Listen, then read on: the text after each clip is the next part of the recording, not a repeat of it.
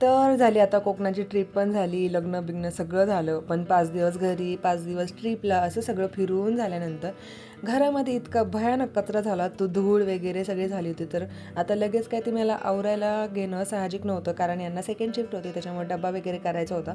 म्हणून म्हटलं किचन वाटा वगैरे पुसून घ्यावा. घरं वगैरे फक्त वरच्या वर झाडून पुसून घेतले, कारण धूळ इतकी झाली होती ना, म्हटलं ते पहिले करून घ्यावा आणि मग काय बाकीचं असेल ते करून घ्यावा. सगळ्या फरच्या वगैरे पुसून घेतल्या, तेव्हा जरा फ्रेश वाटलं.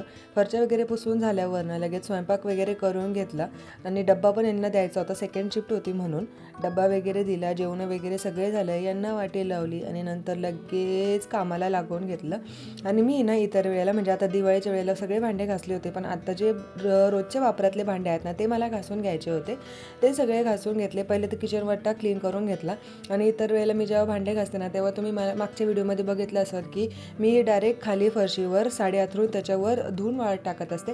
पण यावेळेला म्हटलं एवढा पसारा घालायला जमायचं नाही, म्हणून मी डायरेक्ट किचन वाटा पहिले धुवून घेतला आणि सगळे जे काय भांडे आहेत ना ते किचन वाट्यावरच वाळत टाकले. ग्लास वगैरे जे काय रोजच्या वापरातले आहेत ते, किचन वाटा वगैरे, किचनवरची ट्रॉली वगैरे आहेत ते सगळं क्लीन करून घेतलं.